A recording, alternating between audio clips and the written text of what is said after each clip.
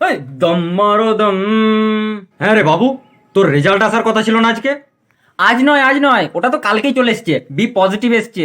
হ্যাঁ, মানে কি বলছিস এসব? বি পজিটিভ মানে কিসের রেজাল্ট বলতো? কেন? Blood test.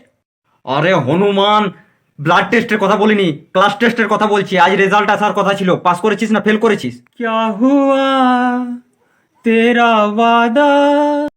আরে কি সব বলছিস? রেজাল্ট কি হয়েছে? আমি রেজাল্ট জিজ্ঞাসা করছি, কি হয়েছে রেজাল্টে? পাস করলি না ফেল করলি? জীবনে যাই হয়ে যাক, যেমনই পরিস্থিতি চলে আসুক, হারতে নেই। জীবন শেষ হয়ে যায় না। ঠিক আছে, সেসব কথা পরে হবে, বুঝেছি যে জীবন শেষ হয়ে যায় না কোনো কিছুতে। ঠিক আছে, রেজাল্ট কি হয়েছে সেটা বল।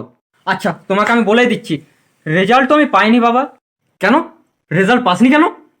স্যার বলে দিয়েছেন রেজাল্ট পেতে হলে এক্সাম দিতে হয় আগে। রেজাল্ট পেতে হলে এক্সাম দিতে হয়?